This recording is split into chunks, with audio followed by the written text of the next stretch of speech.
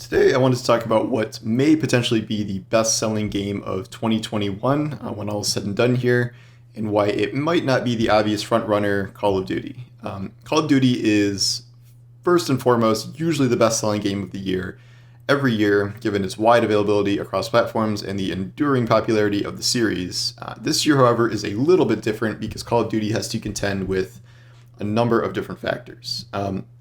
It has a few more rivals than usual. We have Battlefield 2042, which is a fully new Battlefield installment that is one of the most promising games of the fall and is releasing cross-platform on pretty much everything that Call of Duty is.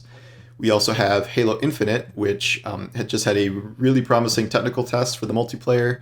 And while that is Xbox and PC specific, it could definitely eat up into Call of Duty playtime by itself. There is also the fact that Call of Duty is competing with itself these days. The enduring popularity of Warzone, the free-to-play Battle Royale mode, can potentially lead to less Call of Duty box game sales because there's no reason for many Warzone players to buy the new Call of Duty when Warzone itself is just kind of rotating through seasons. So you have to be very engaged with kind of the core deathmatch-ish aspects of Call of Duty to want to buy that specifically or to play the campaign. A lot of people feel like they can just get away with playing Warzone and buying a $10 battle pass for the season, and they don't have to get the full game.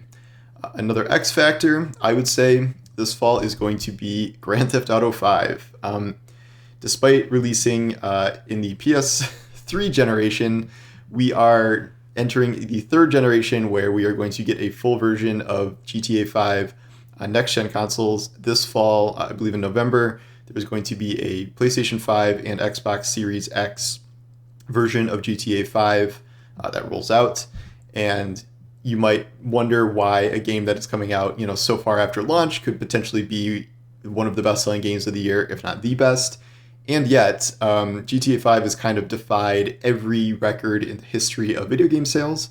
It recently passed 150 million copies sold, which is not close to any comparable game, not by a factor of 3 or 4. The only games that are up that high are games that are for sale, usually for much cheaper, like something like Minecraft or PUBG, or games that are bundled with consoles like Wii Sports. In terms of standalone games, we've never seen anything like this, and so it stands to reason that when GTA gets a full re-release, it is going to be a major sales player this year, even though we'll only have a month or so to kind of rack up sales, so that could be working against it too.